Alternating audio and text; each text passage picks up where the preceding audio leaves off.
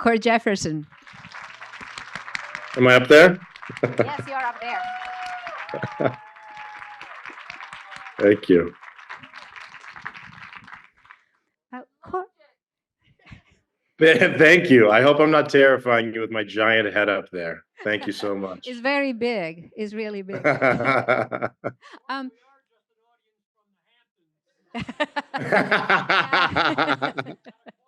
Well,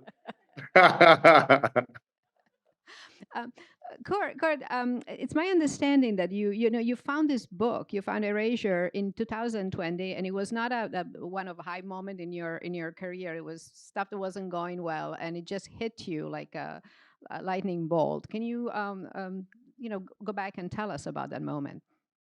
yeah. You know, I had I was a journalist before I started working in film and television, and toward the end of my journalism career, I started to feel like I wasn't really enjoying the work anymore because on a weekly basis, it felt like somebody was coming to me and saying, do you want to write about Trayvon Martin being killed? Do you want to write about Mike Brown being killed? Do you want to write about, blank unarmed black person being killed? And it felt like, oh, this routine has become sort of emotionally unsustainable. And also it just became, what can I write about this that I didn't write about the week before, the week before that? And so when I started working in film and television, it was thrilling because I felt finally, I'm not bound by any sort of rigid realities or beholden to any true stories. We're in the world of fantasy and fiction. We can tell stories about anything. We can tell stories about Black people doing anything we want. And it wasn't long before people were coming to me and saying, do you want to write a movie about a Black person being killed by the police? Do you want to write a movie about a slave? Do you want to write a movie about some gang member? And it felt like, oh, even here, even in the world of fiction and fantasy where we can tell any story we want to, there's still a very limited perspective as to what Black life looks like, and a limited perspective as to what Black stories should be. And so when I found this novel, yeah, you're right. I had we all had a difficult 2020, but besides COVID, I had a big professional failing where this TV show that I was confident was going to get on the air was killed at the last minute. And so I was kind of feeling creatively adrift. That was October of 2020. And I really didn't know what I was going to put my energies into next. And I just picked up this book, Erasure by Percival Everett, intending to read it over the holidays, just for fun. I was just looking for something new to read. And within 50 pages, I sort of knew that I had to adapt it into a screenplay. And a couple hundred pages after that, I felt like I might want to direct it. So yeah, it felt just, besides the themes of what it means to be a Black writer that Monk was going through and things that I empathize with in that same struggle. I have two older brothers. The same way that there's three siblings in the film, we have a push and pull relationship the way that siblings do. My mother didn't die of Alzheimer's, but my mother died of cancer 8 years ago. And like Monk, I moved home toward the end of her life to help take care of her. So there was just all of these things in my life that felt like it was overlapping with Monk's life in the story. And I knew it just felt like Kismet. It just felt serendipitous that I found this book at this time in my life. I have to go back 2 or 3 times to remind myself that the book was written in 2001.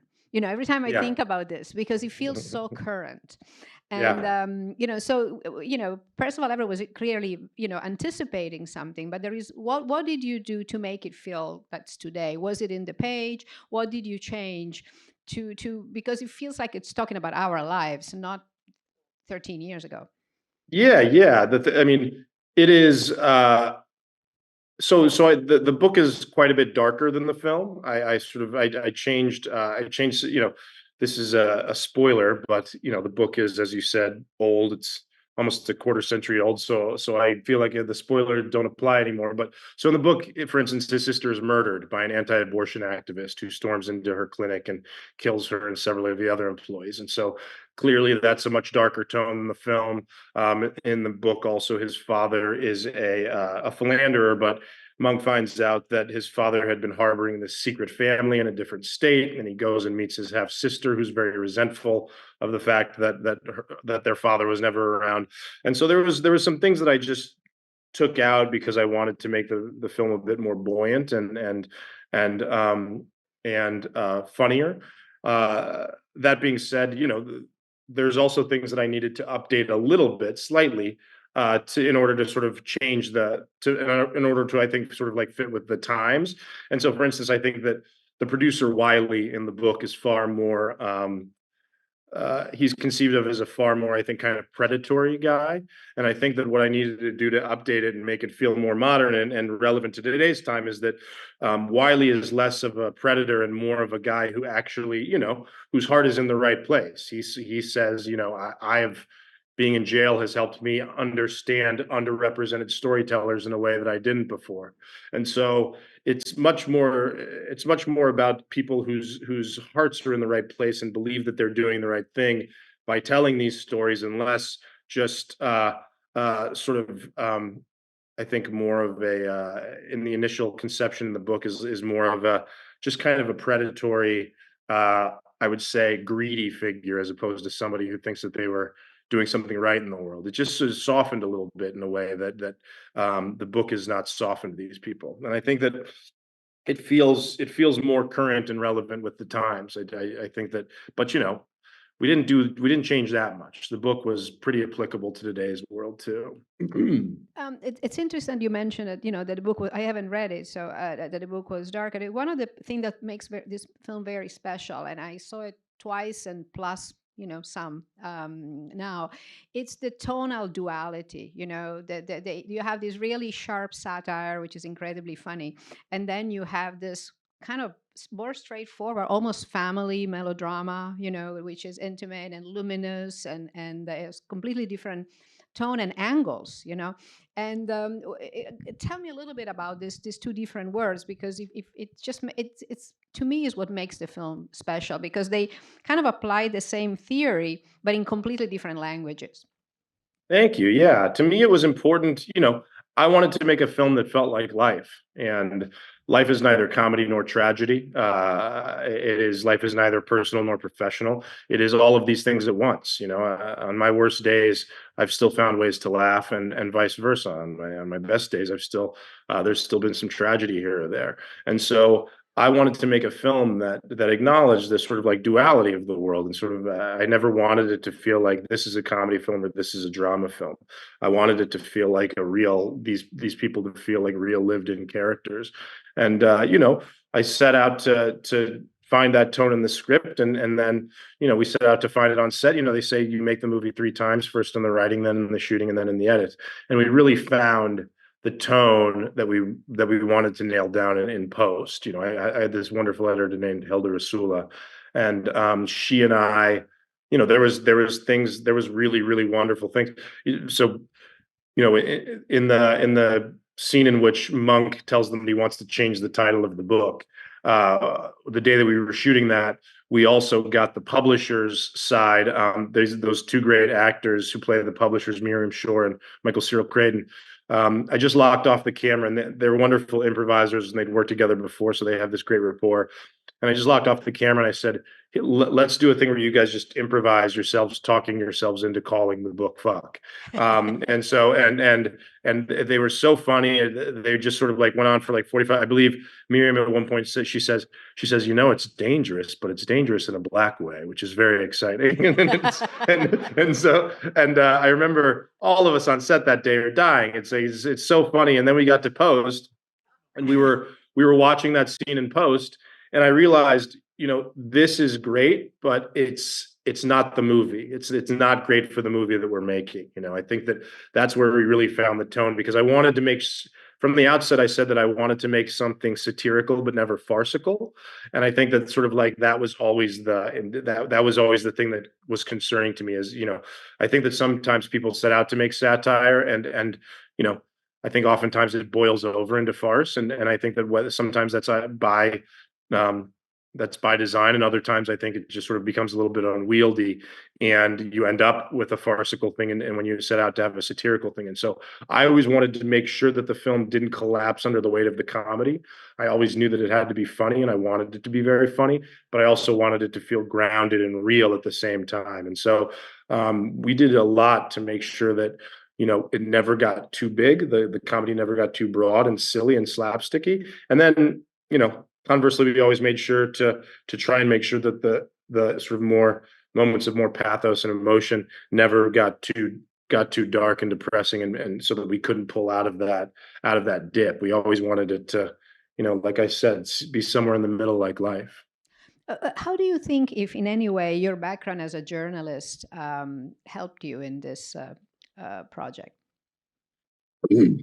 I would go even farther back and say that, the what caused me to be a journalist was my upbringing. I was raised in this very strange household where my father was a black Republican and my mother was a white liberal, and there was so nothing was taken for granted in my household. There was every dinner was kind of like a dialectical exercise where we sort of were always discussing and debating and sort of like airing our opinions and having people contest those opinions. And so I grew up in a home where it was very important. An early lesson was to think for yourself and to sort of be curious about the world and to interrogate things that other people might take for granted. And so I think that's what led me into journalism in the first place. And then, I think that once I got into journalism, what led me to this film is just wanting to talk about things. I think that a journalist's job is to explore the things that people don't necessarily explore on their own. A journalist's job is to ask questions that people don't want them to ask. A journalist's job is to, sort through the sort of like messy details of life. And so for me, I think that this movie came from a desire to find a way to talk about these things that people don't like to talk about anymore. I think that we are so polarized not even just as a nation, but as a world these days. And I think that one of the reasons we're so polarized is that we've lost the ability to talk to each other about things. And so this movie was in some ways an intention to try and talk about these serious issues like race, like sexuality, like identity, in a way that felt very inviting to people, in a way that sort of said, like, let's not be so tense about this. Let's all come in and find a way to laugh and to think about these things in a new way, and to yeah, and just to have some fun and talk about things that we don't necessarily like to talk about these days, in a way that leaves you with a smile on your face when you leave the theater. And I would say that the other thing that journalism has always done for me is, as far as my film and television career has gone, is that when I was a journalist, when you're a journalist, you always have to ask yourself, why now?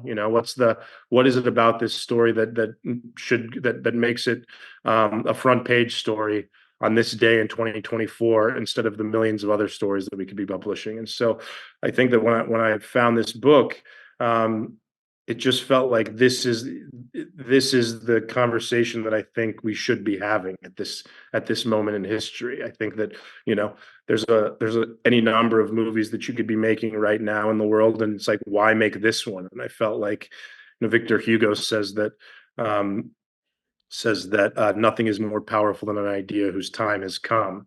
And really felt that when I was reading this novel. It just felt like this was an idea whose time had come. And as a journalist, it sort of really put a light bulb over my head when I was reading it. I'm going to open it to the audience, so prepare if you have just one more question before I do. So raise your hand if you have questions. But one more thing, was it hard? I mean, you're a very established writer of television, but was it hard to convince the studio to let you direct the film, because you've never done that before? Yeah, yeah. Well, the yeah, yes. The vast majority of people who I sent this script to said that they loved the script and that they loved Jeffrey Wright, but they had no interest in making the movie. And so that was the reality of it. And we found wonderful partners in T Street and MRC and Orion. Um, so yes, we were, it was difficult to get most people on board, but I just felt that this script was so deeply personal to me, and that one of the reasons why I love the book so much, as I said, was I felt like I knew these characters in the story on a molecular level. And so when I was thinking about writing the script, I knew that by the time the script would be done, that I would love it so much that it would almost feel like, um, and I'd put so much of myself into it, that it'd almost feel like giving a child away. And so I knew that I wouldn't be able to do that without sort of kicking myself for the rest of my life. And so when we sent it out, I said, um, it's a package deal. If don't read the script if you won't accept me as the director. And so, as I said, the majority of people said, okay, we're not going to give you money for this. But fortunately, I found a few people who were willing to take a risk on me and gave me the opportunity. Okay. Any question? Raise your hand. There's one out there. Hold on for the mic because we won't hear you otherwise. You said that Jeffrey Wright was attached from the beginning. How did you get the rest of the cast together? Um, Jeffrey was a great draw. He is one of our greatest living actors, and I think that other actors are very excited to work with Jeffrey. So a lot of them were enthusiastic once Jeffrey was on board. And then the script, that is something that the actors were generally sort of open to me about and said that the script is really what got them on board. That John Ortiz, who plays Arthur in the film, he said. He said something a few weeks ago in a press conference that he had never told me, and it made me pretty emotional at the time. Is he said that this was said that he read the script and then he called his agent back and said, "Wait a minute, they want me to play the book agent," and his agent said, "Yeah, why is that so shocking?" He said, "Because there's nothing in here about me being Puerto Rican or coming up in the inner city or sort of like facing poverty and violence. Like I'm just a guy." And his agent said, "Yeah, that's what he wants you to be, just a guy." So I think that a lot of these actors aren't really sort of, well, I don't think they've told me that they're not really given these kinds of parts. And I think that a lot of them were excited to just be normal human beings with normal human problems. There's a question there. The title, American Fiction. Can you talk about that? Yeah. I will tell you that the working title, the title all the way through from when I first sent out the script to when we were shooting the film on the clapper, it was on the wrap gifts. Actually, the title of the film was "Fuck" for months and months and months. When I sent out the script to all the actors, it was "Fuck" by Core Jefferson. I thought it was a good gimmick because I thought that people get a lot of scripts on their desks, and I thought at least this would be a shocking way to get them to at least read the first few pages of mine. And then after we shot it, I was like, you know what? I think it has to be "Fuck." I think it has to be "Fuck." And it was my hill to die on. And everybody was trying to talk me out of it. And then eventually, the best way they talked me out of it, they said, "Listen, we can give you any number of reasons to not call it that, but the number one reason is that when you go to Google 'fuck movie,' ours will never show up. Ours will be on sort of like page 25 of the Google searches." And so I finally sort of was willing to let that go. And I just I went home one night and I just said, "This is the night that I'm going to figure it out." And I started reading poetry. I read this Langston Hughes poem called "Let America Be America Again," and I thought, okay, America, that's interesting. And then I started thinking of books and publishing, and obviously American fiction is a pun and sort of like a bookstore pun, but more than that, it was, to me, race is this very interesting thing, right? In that the vast majority of scientists will tell you that race has no basis in biology. That sort of like this idea that we are different because of our skin color is ridiculous, and that the commonalities we have in our biology is far more than our differences. That being said, we have created our society and our institutions with the idea that race is real, and so we have this. It exists in this sort of like weird liminal space where race is both not real and insignificant and real and incredibly important, right? And so there's that inherent tension between those two things. And so to me, that tension and that absurdity is ripe for humor and comedy. And so on a deeper level, it's just kind of like, what is this fiction that we believe in, and how is it specific?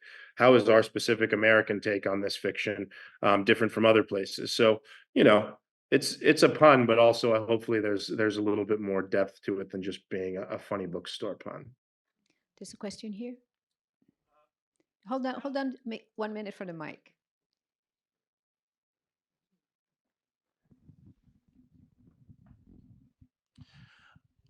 On the ending, how loyal were you to the the various three endings that were possibilities. How were you being loyal to the book, or did you play with that a little bit on your own?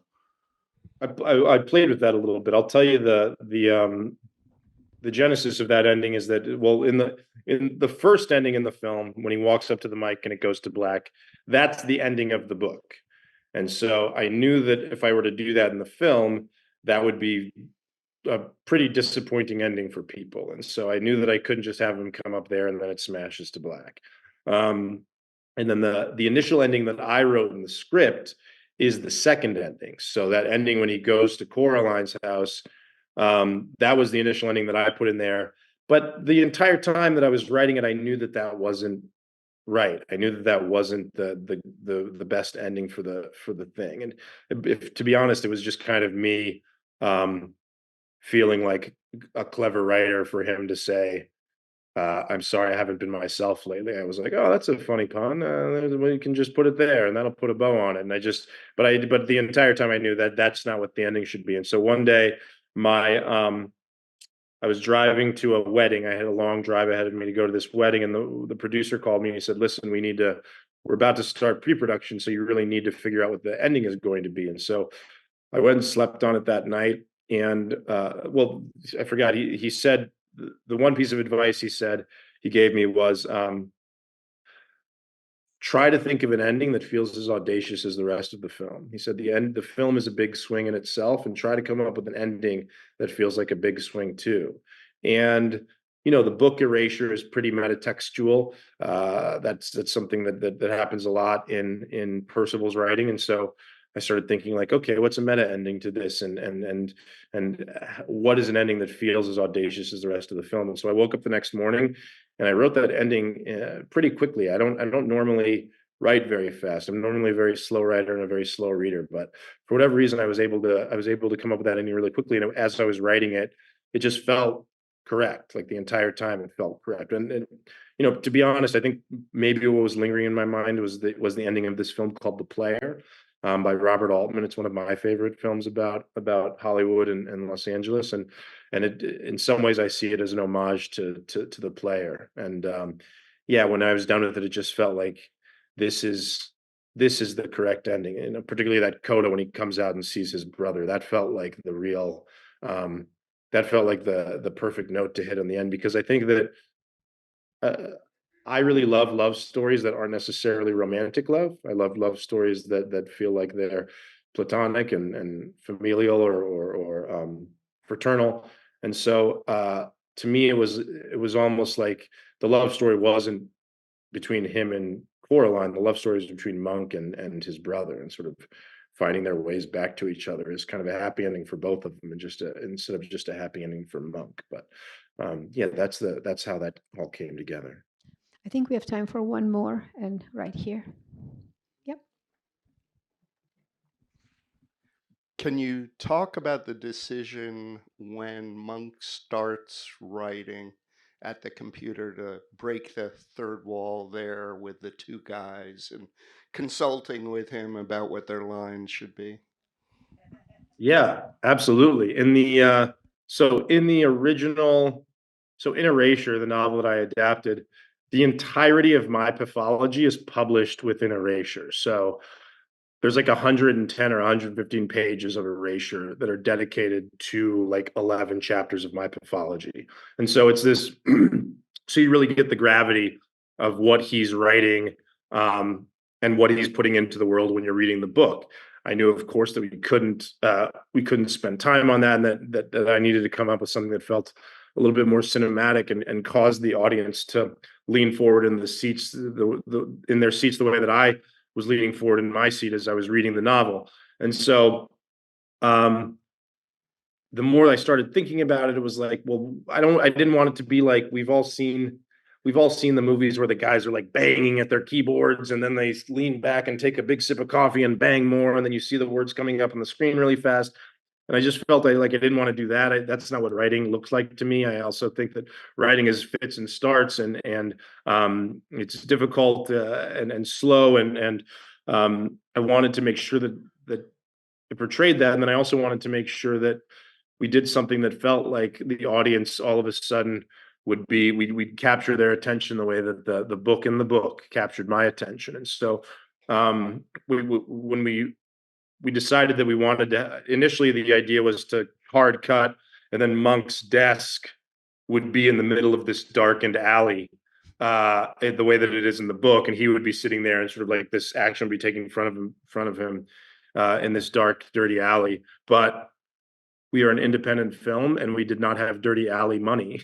Unfortunately, we couldn't even get a filthy alley, and so we just decided we're going to have to stay in the study, and we'll have these characters manifest in front of him in the study. And it turned out, I don't think that I missed the alley too much. I think that we did wonderful stuff with the sound design, and we did some wonderful stuff with the camera and sort of the handheld stuff when Oak gives that soliloquy that I think just made it look really beautiful, and really does make people lean forward in their seats, when that scene happens. And I think that, if you pay close attention also, I think that you see that Monk, for all of his rejection of this sort of like kind of literature that he claims to loathe, and he says that this is no basis in reality.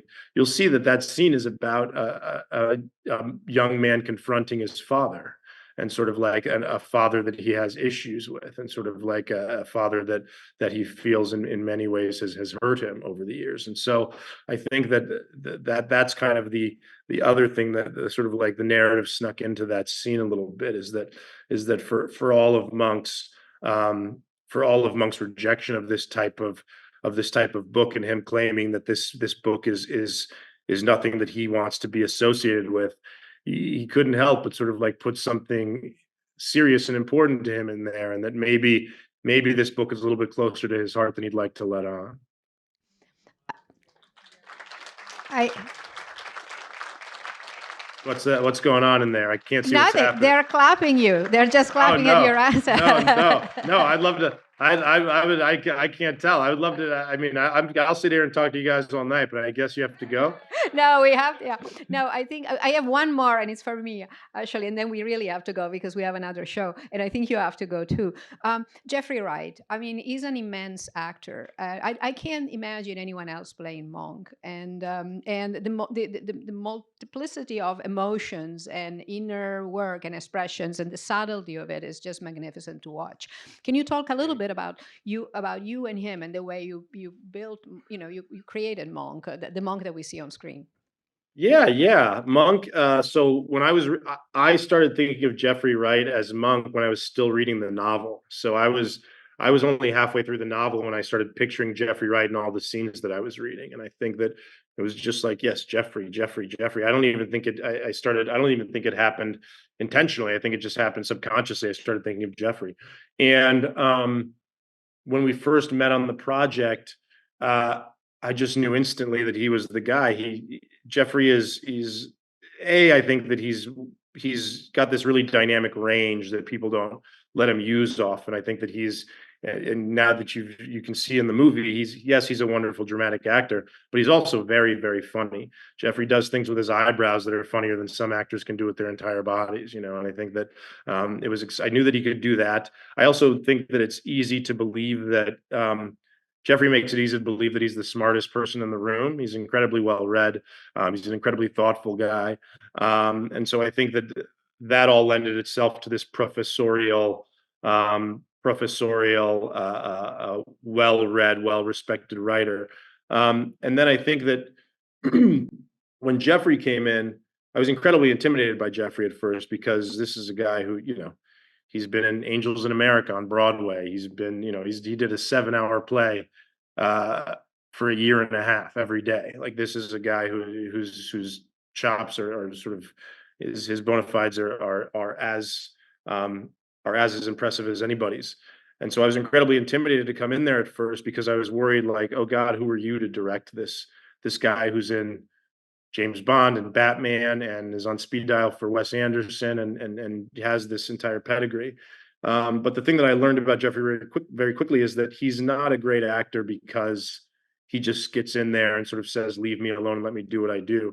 he's a great actor because the minute he's on set, he wants to collaborate with everybody and sort of really find the best story and find the best film and find the best scene. And so Jeffrey got on to, from the very first day, one of the very first things the very first thing that Jeffrey said to me was in his costume fittings, I wanted Jeffrey to wear loafers and a Cartier tank watch. And Jeffrey got in there and he said, absolutely not. He said, I'm not wearing the loafers. Let's see if I can get some Clark Desert boots. He's like, I think that he should wear a timepiece, but I don't think it should be this sort of like, I don't think it should be this fancy, expensive timepiece. He said, I think that, yes, he comes from this upper middle class background, but I don't think he has the trappings of the bourgeoisie. I think that he's trying to sort of escape that stuff sometimes, and he wants to be his own man, and he wants to sort of like be a bit grittier and get away from that kind of upbringing. And so we were off to the races with that. This is a guy who's just thinking so deeply about the shoes that he's wearing and sort of like what that says about the character.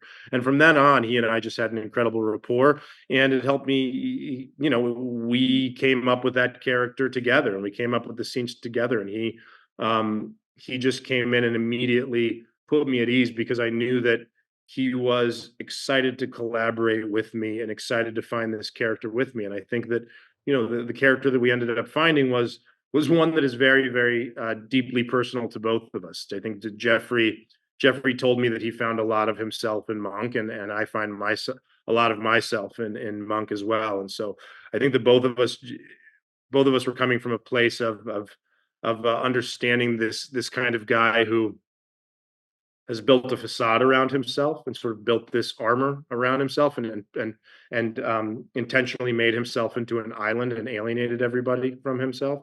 I think that Jeffrey, what Jeffrey does really well is I had this therapist once who told me this thing that I think about very regularly now. I used to go to a lot of anger management therapy, and I had my therapist told me that anger is not a real emotion. She said anger is a secondary emotion, that under anger, always, especially for men, is either fear or pain. And men find it difficult to say things like, you hurt my feelings, or I feel afraid. And so instead of saying those things and appearing vulnerable, we yell and scream and get in fights and thump our chests. And I think that the thing that Jeffrey does so well, and that keeps you on his side, is that, because Monk can be the kind of character that loses you, that the audience hates, because he's a lovable grump. But if he errs too much to the side of grump, you can say, well, screw this guy. I want him to lose. I don't care if how his life goes. But what Jeffrey played so well with that character, and another thing that we talked about early on, was that Jeffrey doesn't lose you because under the anger, you always see the pain that's underneath it. You always see just the frustration and the hurt. And he's hurt because his father killed himself. He's hurt because his sister died. He's hurt because he's alienated himself from his brother. He's hurt because his mother has Alzheimer's. So he's hurt because his work isn't as popular as he thinks it should be. So there's all of these contributing factors to Monk's anger rather, that you see. And that was another thing that Jeffrey and I really understood from our own personal histories, was this guy who was combative all the time, but combative all the time because he was just in a lot of pain. And so that is one of the things that I think Jeffrey does so brilliantly in this film, that allows you to stay on his side, despite the fact that he's arguing with everybody from the moment the film opens. Now we really have to go. So please, thank you so much, Kurt. Congratulations. Thank you so much. And thank you so much, Sag Harbor. I love this. I had such a lovely time. Thank you.